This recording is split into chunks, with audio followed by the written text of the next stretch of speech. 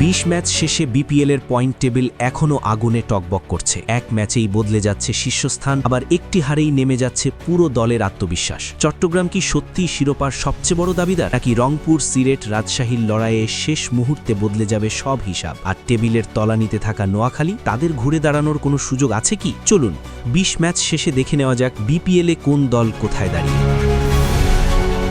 ৩৪ ম্যাচের বিপিএলে ইতোমধ্যে শেষ হয়ে গেছে ২০টি ম্যাচ। টুর্নামেন্ট এখন পৌঁছে গেছে এক গুরুত্বপূর্ণ মোড়ে, যেখানে প্রতিটি ম্যাচই হয়ে উঠছে প্লে অফের ভাগ্য নির্ধারণকারী। সিলেট পর্বে একদিনের বিরতির পর আগামীকাল থেকে আবার শুরু হচ্ছে লড়াই। তার আগে এক নজরে দেখে নেওয়া যাক ২০ ম্যাচ শেষে কোন দল কোথায় দাঁড়িয়ে। এখন পর্যন্ত সবচেয়ে বেশি ম্যাচ খেলেছে সিলেট টাইটান্স, তারা খেলেছে ৮টি ম্যাচ। এর পরেই রয়েছে চট্টগ্রাম রয়্যালস ও নোয়াখালী এক্সপ্রেস, দুই দলই খেলেছে ৭টি করে match. Rangpur Riders, Rajshahi warriors এবং ঢাকা ক্যাপিটালস খেলেছে ৬টি করে ম্যাচ। ম্যাচ সংখ্যার এই পার্থক্য পয়েন্ট টেবিলকে আরও জটিল করে তুলেছে। বর্তমানে পয়েন্ট টেবিলের শীর্ষে রয়েছে চট্টগ্রাম রয়্যালস। সিলেট টাইটান্সকে হারিয়ে তারা আগে শীর্ষে উঠেছিল, আর গতকাল রাজশাহী ওয়ারিয়ার্সের বিপক্ষে নাটকীয় জয় সেই অবস্থান আরও শক্ত করেছে। ৭ ম্যাচে ৫টি জয় নিয়ে চট্টগ্রামের পয়েন্ট ১০, সঙ্গে নেট রান রেটও বেশ ভালো, 0.898। এই মুহূর্তে তারাই সবচেয়ে ছন্দে থাকা দল। দ্বিতীয় স্থানে রয়েছে রংপুর রাইডার্স, ৬ ম্যাচে ৪টি জয় নিয়ে তাদের পয়েন্ট ৮। তবে নোয়াখালীর কাছে অপ্রত্যাশিত হারের কারণে তারা শীর্ষস্থান থেকে কিছুটা পিছিয়ে পড়েছে। চট্টগ্রামের চেয়ে তারা এখন ২ পয়েন্ট পিছিয়ে। তৃতীয় স্থানে রয়েছে সিলেট টাইটান্স, শেষ ৩ ম্যাচে দ্বিতীয় জয় পাওয়ায় তারা কিছুটা ঘুরে দাঁড়িয়েছে। ৮ ম্যাচে ৪টি জয় ও ৪টি হার নিয়ে তাদের পয়েন্টও ৮।